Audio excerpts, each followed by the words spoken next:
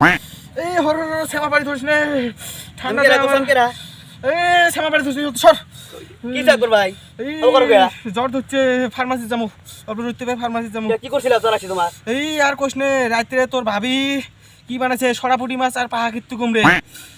খাবার তো মনে হয় না, তা তোর ভাবি কয় বলে ভিটামিন বিলে এ, তা পেলকাটা খেয়ে যে হচ্ছে সর্দি লাগা জ্বর। সরাপুটি মাছ আর এর মধ্যে ভিটামিন থাকে কেন কইছ তোমার? এই ভাবি কইছে এই সর রে, মুই এলা ফার্মাসিতে মেলা দেখ এ ভাই কোন ভিটামিন এ জ্বর ধরছে। দেখি তোমার জ্বর কি রকম? এই তোর সামনে বড় বড়া এত জ্বর কে তোমার?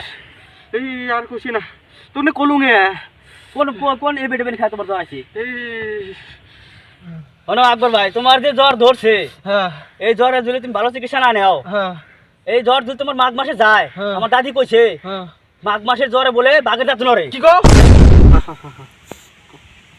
এই জ্বর যদি ভাই হ্যাঁ মাঘ মাসে যায় তাহলে তোমার কি অবস্থা হবো? তাহলে ভাই আমি ডাক্তারখানা যাই, তুমি থাকো। হ্যাঁ ভালো যাও বুদ্ধি ভাই, দিছো ভাই, বাইতে থাকো ভাই, বাইতে থাকো।